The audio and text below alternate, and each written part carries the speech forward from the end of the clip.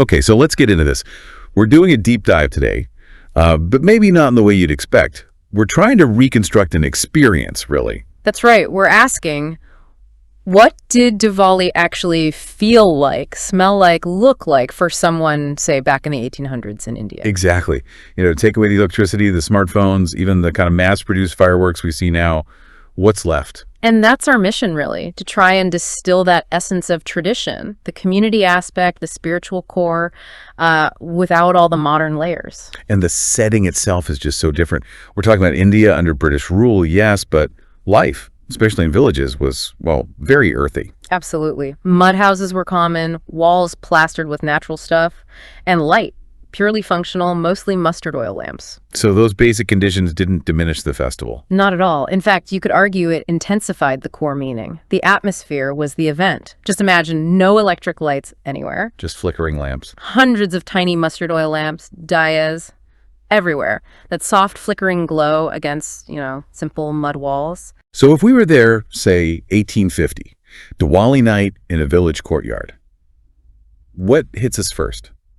I think it's the intimacy of it all.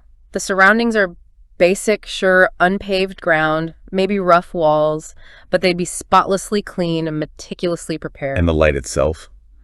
Soft, moving. Exactly. Warm, constantly shifting light from those diyas. And crucially, the air. It wouldn't smell like sulfur and smoke. Okay, so what would it smell like? What's the scent profile? Oh, it would be rich.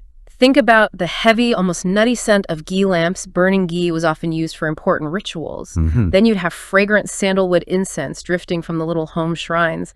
And overlaying all of that, the unmistakable sweetness of fresh homemade sweets. Like lattice. Definitely lattice, yes, but other things too. It's just a completely different sensory world compared to the often sharp chemical smells we might associate with celebrations today. And this whole sensory experience, it ties right back to why people cared so deeply, right? It wasn't just a religious date on the calendar. Not at all. It was this incredible convergence of really important life events. That's why. Well, first, it was the big celebration after the harvest, hugely important for agricultural communities. Second, it was the start of the new year, a fresh beginning. A clean slate. Exactly. And then layered onto that is the powerful symbolism of light conquering darkness. Good over evil. That depth is why people would pour weeks of effort into preparing. Right, the preparation. I mean, it sounds intense, not just a bit of tidying up. Oh, no, it was often called the Great Cleanse. It wasn't dusting, it was renovation, almost. Preparation started weeks ahead. Weeks? What did that involve? If you had mud walls, they wouldn't just be wiped, they'd be whitewashed, usually with lime. Lime was available, and it brightened things up, but also acted as a kind of disinfectant. Practical. Very. And the floors, often just packed earth or mud, would frequently be replastered entirely with a fresh layer of mud, sometimes mixed with cow dung. Which sounds odd to us, but it was functional back then, right? Insulation, keeping things clean in its own way. Absolutely. It was about making the home pure and welcoming, both physically and spiritually, for the goddess Lakshmi. The practical and the sacred were totally intertwined. So everyone in the family pitched in. Yes, the labor was shared. Everyone had a role in turning the house into this pristine, welcoming space. And the food. That must have been a massive undertaking, too. Immense. The women were essentially running temporary factories for sweets and snacks. Days and days of work. What kind of things were they making? All the classics, but homemade. Think gujia, those stuffed pastries, crispy mathri, mountains of ghee-rich lattice, maybe even fancy things like anjeer rolls made with figs. Wow. All without modern kitchens or pre-made ingredients. Exactly. It required serious skill, planning, and time. Nothing was bought ready-made. So if the women were handling the food, what were the men responsible for getting? They handled the supplies, especially for light and decoration. They'd go to the potters for new clay lamps, hundreds of them, because they were cheap and often single-use. Outrage. Yeah, and maybe some new utensils for the house. And this is a lovely touch.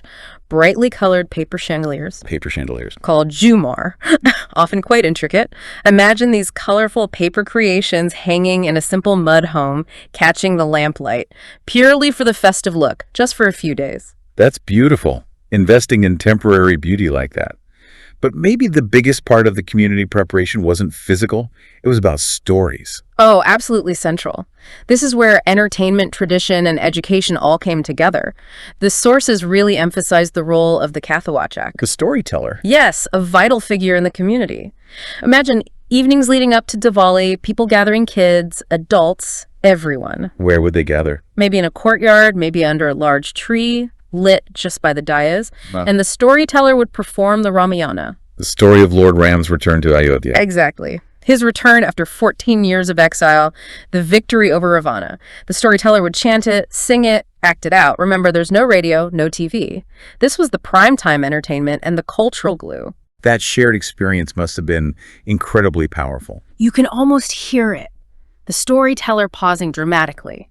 And then the whole crowd, especially the children, responding together with this huge, heartfelt chorus.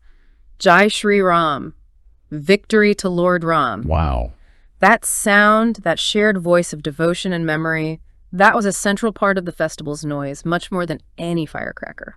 That really puts the focus on shared reference. Okay, so people prepared their homes, shared stories, but there was also a very practical, economic side to Diwali. Hugely important, and something often overlooked today. For merchants, the Vyapari, the Bani Diwali wasn't just a holiday, it was literally the end of the financial year and the beginning of the next one. So, like their fiscal year reset on Diwali. Precisely. Their spiritual observance was completely woven into their business practice. Which means their shops weren't just decorated, they were sites for specific rituals. Absolutely. They'd hold a Lakshmi Puja, a prayer ceremony to the goddess of wealth, right there in the shop amongst their goods. What did that involve? Anything specific? Yes, very specific things meant to attract prosperity. Silver coins were usually part of it, mounds of red vermilion powder called cinder incense, and significantly ghee lamps, not mustard oil, symbolizing purity and auspiciousness. It was all about sanctifying the business for the year ahead. And then there's that amazing detail about the account books. Ah, yes, the Bahikata. This is such a strong visual.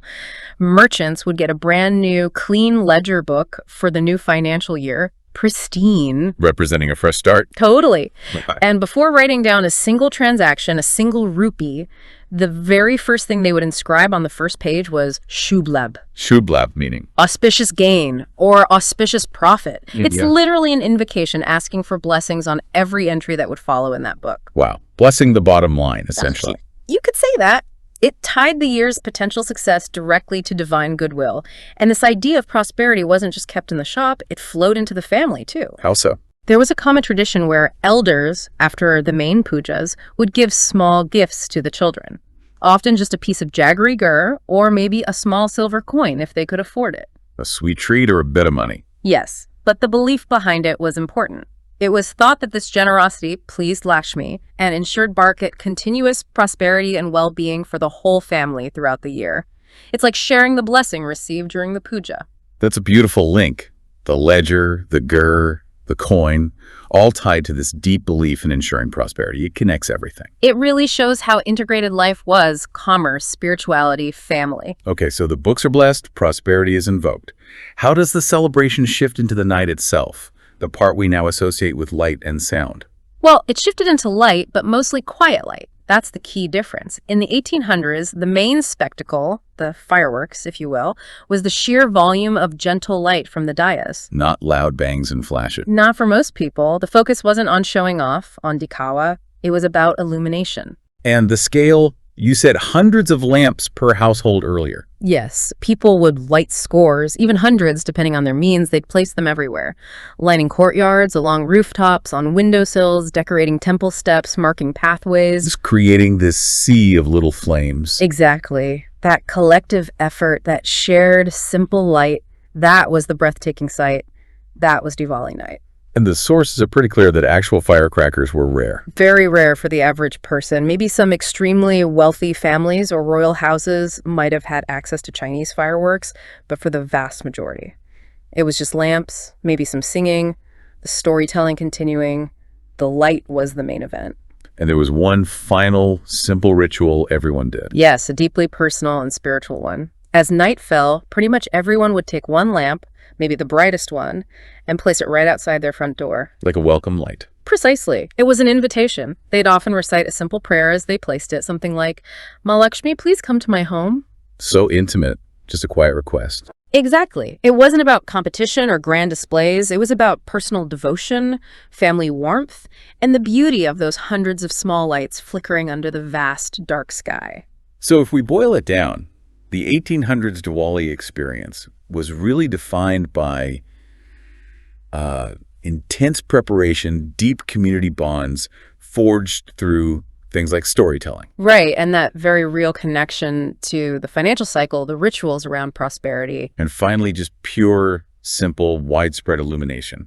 It sounds like it was much more about relationships and faith than maybe the spectacle we sometimes see today. I think that's a fair summary, and it's something you can maybe connect with. When you light your own lamp, your own daya, perhaps you can take a moment to think about that time. Think about celebrating with just what you could make, what your community shared. Exactly. Celebrating with intense preparation, with shared stories, with light that came from hundreds of hands working together, not from flipping a switch. It puts a different perspective on it. It really does. It trades convenience for maybe a deeper intentionality. Which leads to a final thought to maybe mull over. If the most powerful light experience then came not from one big technological source, but from hundreds, thousands of small shared intentional flames, what might that suggest about the power of collective effort and maybe even simplicity in how we shape our own important festivals today?